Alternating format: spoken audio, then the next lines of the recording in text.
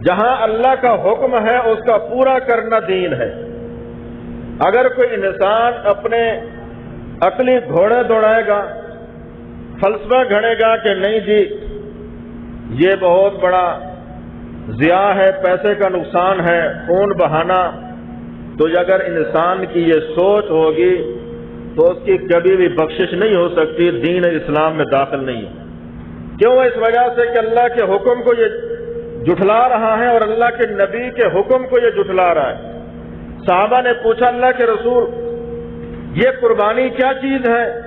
فرمایا سنت ابیکم ابراہیم علیہ السلام، تمہارے باپ ابراہیم علیہ السلام کی سنت ہے کہ حضرت ابراہیم علیہ السلام نے یہ قربانی کی اور اللہ تبارک و تعالیٰ کا یہ محبوب عمل ہے۔ حضرت ابراہیم علیہ السلام جس وقت اولاد نہیں تھی اللہ تبارک و تعالیٰ سے اولاد مانگی، 80 سال کی عمر تھی، کوئی اولاد نہیں۔ اللہ تبارک و تعالیٰ فرماتے ہیں جسے چاہتا ہوں بیٹے عطا کرتا ہوں، جسے چاہتا ہوں بیٹیاں دیتا ہوں، جسے چاہتا ہوں کچھ بھی نہیں دیتا، بانجھ کر دیتا ہوں، اور جسے چاہوں بیٹے اور بیٹے اکٹھے دے دوں۔ تو یہ اللہ تبارک و تعالیٰ کے اختیار کے اندر ہے۔ نبی ہے، اولو العزم پیغمبر ہے، 80 سال کی عمر کو پہنچ چکے ہیں، اولاد نہیں ہے۔ اللہ تبارک و تعالیٰ سے دعا مانگ رہے ربی حب لی من الصالحین، اے میرے پروردگار مجھے اولاد عطا فرما، اولاد بھی نیک اولاد ہو۔ تو انسان جب بھی اللہ تبارک و تعالیٰ سے دعا مانگے تو نیک اولاد کی دعا مانگے۔ بعض اوقات اولاد تو مل جاتی ہے لیکن نافرمان ہوتی ہے۔ اللہ تبارک و تعالیٰ سے دعا مانگے کہ یا اللہ نیک و کار اولاد عطا فرما، جیسا کہ حضرت ابراہیم علیہ السلام کو اللہ تبارک و تعالیٰ نے فرمایا، امتحان لیا، وَإِذِ ابْتَلَىٰ إِبْرَاهِيمَ رَبُّهُ بِكَلِمَاتٍ فَأَتَمَّهُنَّ، تو حضرت ابراہیم کو اللہ نے فرمایا کہ میں تجھے امام بناؤں گا، انی جاعلک للناس اماما۔ تو حضرت ابراہیم علیہ السلام نے آگے یہ فرمایا کہ یا اللہ میری اولاد کو بھی امام بنا دے۔ اللہ تبارک و تعالیٰ نے یہ دعا قبول فرمائی۔ حضرت ابراہیم علیہ السلام کو اللہ تبارک و تعالیٰ نے بردبار بیٹے کی خوشخبری دی، فبشرناہ بغلام حلیم، کہ ہم تمہیں خوشخبری دے رہے ہیں، ایسا بیٹا ہم تمہیں دے رہے ہیں جو حلیم ہے، بردبار ہے، باپ بھی حلیم، بیٹا بھی حلیم، باپ بھی نبی، بیٹا بھی نبی، باپ بھی اولو العزم پیغمبر، بیٹا بھی اولو العزم پیغمبر۔ اللہ تبارک و تعالیٰ نے حضرت ابراہیم کی دعا کو قبول فرمایا، بیٹا عطا کر دیا۔ حضرت اسماعیل علیہ السلام یہ بڑے ہوئے، چلنے پھرنے کی عمر کو پہنچے، 7 سال کی عمر کو۔ اب اللہ تبارک و تعالیٰ نے حضرت ابراہیم علیہ السلام کا امتحان لیا کہ یہ بیٹے کی محبت میں یہ کیا کرتے ہیں۔ 8 ذی الحج کی رات کو خواب کے اندر دیکھتے ہیں کہ کوئی کہنے والا کہہ رہا ہے کہ ابراہیم قربانی پیش کرو، اللہ تبارک و تعالیٰ کے ہاں کوئی محبوب چیز قربان کرو۔ چنانچہ حضرت ابراہیم علیہ السلام جس وقت صبح بیدار ہوئے 100 اونٹ اللہ کے راستے میں قربان کر دیے۔ عرب کے اندر اونٹوں کی قربانی، اونٹ کا جانور بڑا ہی محبوب ہوتا ہے۔ دوسری رات پھر خواب دیکھا تو حضرت ابراہیم علیہ السلام صبح اٹھے، 200 اونٹ قربان کر دیا۔ تیسری رات بھی جس وقت 10 ذی الحج کی رات کو خواب دیکھا تو اللہ تبارک و تعالیٰ فرماتے ہیں کہ کوئی محبوب چیز قربان کرو، اپنے بیٹے کو اللہ کے راستے میں قربان کرو۔ تو حضرت ابراہیم سمجھ گئے کہ اللہ تبارک و تعالیٰ بیٹے کی قربانی مانگتا ہے، سب سے محبوب اور قیمتی چیز اولاد ہے۔ تو حضرت ابراہیم علیہ السلام صبح کو اٹھے حضرت اسماعیل کی والدہ حضرت ہاجرہ کو حکم دیا کہ ان کو تیار کرو، سرما پہناؤ، تیل لگاؤ، کپڑے نئے پہناؤ، اس کو اپنے مالک کے پاس لے کر جانا چاہتا ہوں ملوانے کے لیے۔ تیار ہو گئے، حضرت اسماعیل علیہ السلام کو لے کر چل پڑے۔ چھری لی حضرت ابراہیم نے، رسی بھی اپنے بغل کے اندر لی، چل پڑے۔ یہ شیطان سارا منظر دیکھ رہا تھا۔ شیطان در حقیقت رحمان کے مقابلے میں آتا ہے، ہمیشہ اللہ تبارک و تعالیٰ کے حکم کے خلاف یہ کام کرتا ہے۔ جب کوئی بندہ اللہ کے حکم کو بجا لاتا ہے تو یہ شیطان رکاوٹ بن جاتا ہے۔ تو اس وجہ سے یہ شیطان یہ سارا منظر دیکھ رہا تھا۔ انسانی شکل کے اندر حضرت ہاجرہ کے پاس آیا، آ کر کہنے لگا آپ کو پتہ ہے کیا یہ ابراہیم اپنے بیٹے کو کہاں لے کر جا رہا ہے؟ حضرت ہاجرہ نے فرمایا مجھے نہیں پتا۔ شیطان کہنے لگا کہ ذبح کرنے کے لیے لے جا رہا ہے۔ حضرت ہاجرہ نے فرمایا کہ یہ بتا کوئی باپ اپنے بیٹے کو ذبح کرتا ہے؟ تو جھوٹ بولتا ہے۔ شیطان انسانی شکل کے اندر تھا اور وہ بزرگی کا لباس پہنے ہوئے تھا۔ ہمیشہ انسان بزرگوں کا احترام کرتا ہے۔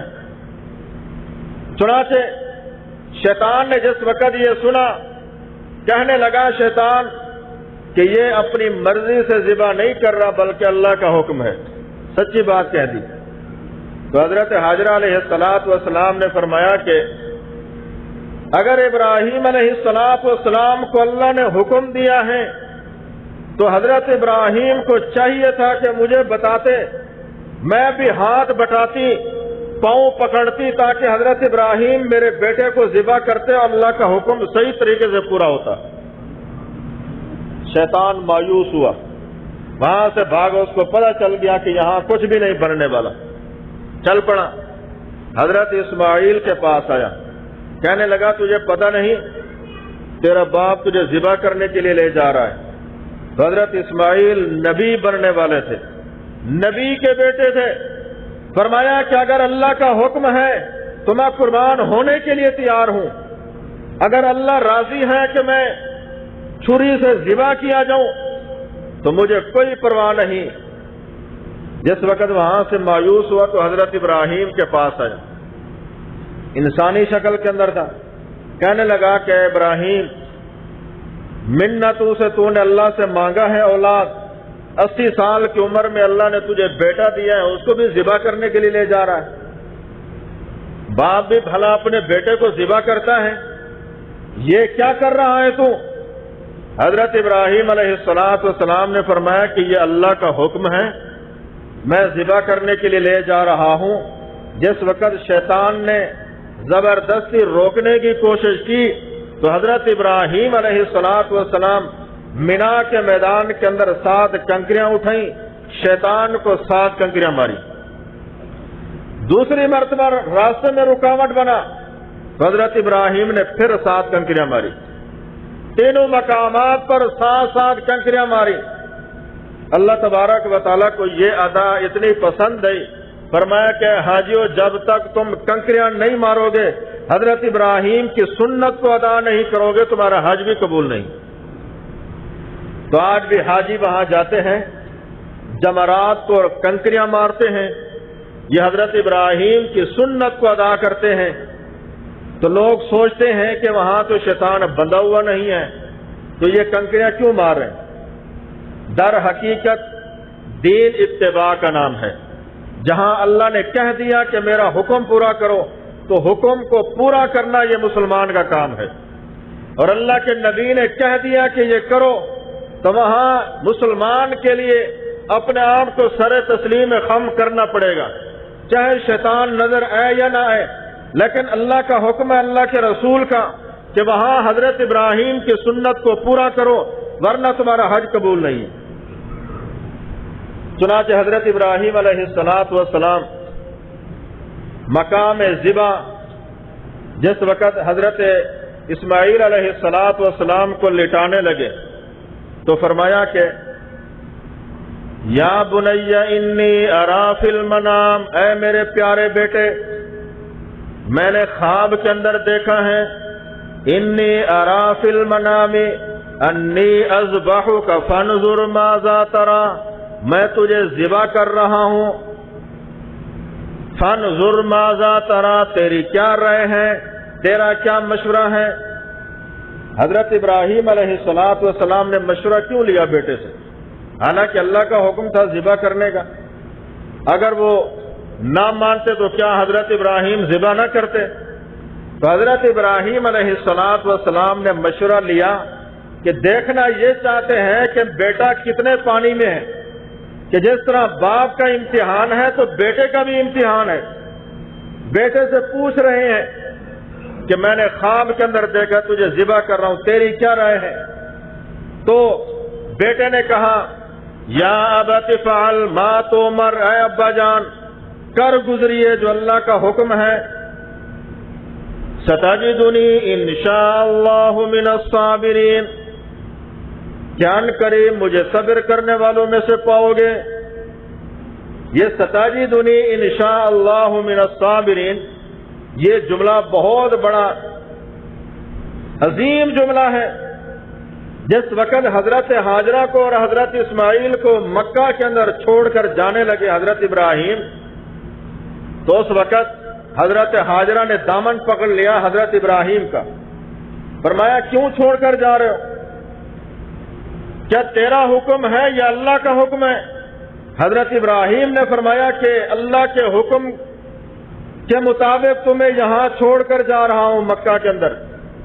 تو اس وقت حضرت ہاجرہ نے فرمایا تھا کہ تو جا، میں جانوں اور میرا رب جانے مجھے صبر کرنے والوں میں سے پاؤ گے۔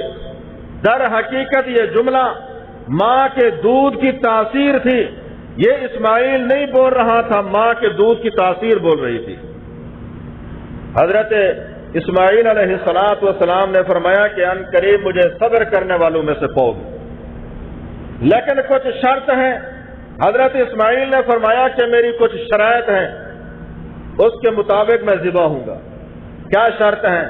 فرمایا سب سے پہلے میری آنکھوں پر پٹی باندھیں، پھر میرے پاؤں کو باندھ دیں، اور پھر مجھے اوندھا لٹائیے، اور کہیں ایسا نہ ہو کہ نظروں کا ملاپ ہو جائے اور شفقت پدری جوش کے اندر آ جائے اور آپ ذبح نہ کر سکے، اللہ کا حکم پورا نہ ہو سکے۔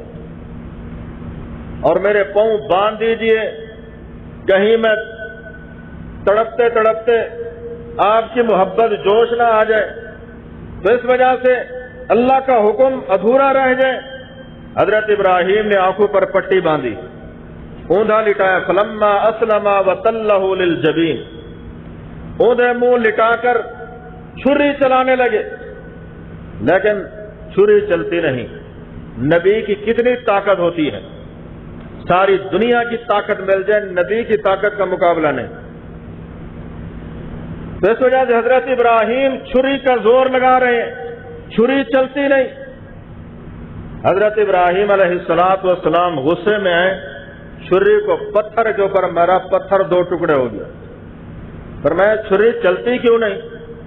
چھری کو اللہ نے زبان حال سے اشارہ دیا تو وہ بول پڑی کہ ابراہیم تیری مانو یا رب جلیل کی مانو؟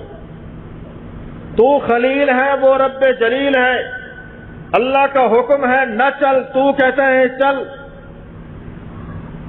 حضرت ابراہیم علیہ السلام نے زور لگایا تو حضرت اسماعیل کی جگہ ایک دمبا ذبح ہوا پڑا تھا۔ وَفَدَيْنَاهُ بِذِبْحٍ عَظِيمٍ۔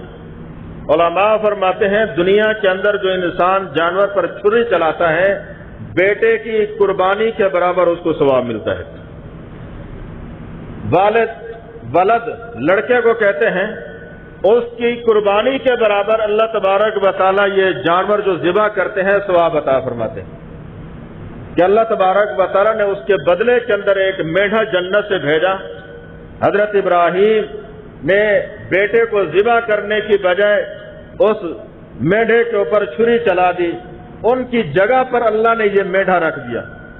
اوپر سے حضرت جبریل علیہ السلام نے فرمایا اللہ اکبر اللہ اکبر، تو حضرت ابراہیم علیہ السلام نے پڑھا لا الہ الا اللہ واللہ اکبر، تو بیٹا اسماعیل کہنے لگا اللہ اکبر وللہ الحمد، اللہ بڑا ہے، اللہ کی ذات بڑی ہے، اللہ کے علاوہ کوئی نہیں۔ یہ حضرت ابراہیم نے توحید کو بیان فرمایا کہ چھری کا کام کاٹنا ہے، اللہ کا حکم ہو تو چھری کاٹتی نہیں، اور اسی طرح پانی کا کام ہے ڈبونا، اگر اللہ پانی کو حکم دے کسی کو نہ ڈبو تو نہیں ڈبوتا پانی۔ آگ کا کام ہے جلانا، جب تک اللہ کا حکم نہ ہو تو آگ جلاتی نہیں۔ تو آج انسان اسباب پر بھروسہ کرتا ہے، اللہ کی ذات پر نہیں کرتا، تو انسان کو چاہیے کہ اللہ کی ذات پر بھروسہ کرے۔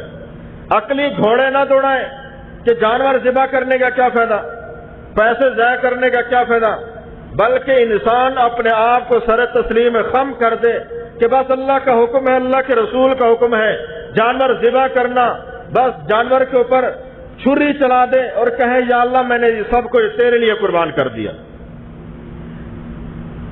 اس وجہ سے اللہ تبارک و تعالیٰ فرماتے ہیں پیغمبر کہہ دیجئے قل ان صلاتی ونسکی ومحیای ومماتی للہ رب العالمین، اے پیغمبر کہہ دیجئے میرا نماز پڑھنا، میرا اللہ کے راستے میں جانور قربان کرنا، میری زندگی اور میری موت للہ، سب اللہ تبارک و تعالیٰ کے لیے۔ تو حضور علیہ السلام نے فرمایا کہ جب انسان اللہ کے لیے، اللہ کی رضا کے لیے ان 3 دنوں میں جانور کے اوپر چھری چلاتا ہے، خون کا قطرہ زمین پر نہیں گرتا، اللہ پہلے قبول فرماتے ہیں۔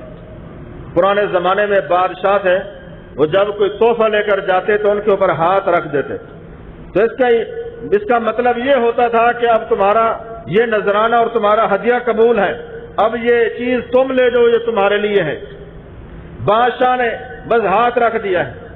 تو اسی طرح یہ جانور بھی جب چھری چلاتے ہیں گویا اللہ نے ہاتھ رکھ دیا، اللہ نے قبول کر لیا، فرمایا کہ کھال بھی تمہاری ہے، گوشت بھی تمہارا ہے، سری پے بھی تمہارے ہیں، تم بھی کھاؤ، غریبوں کو بھی دو، اور اللہ نے اب قبول کر لیا۔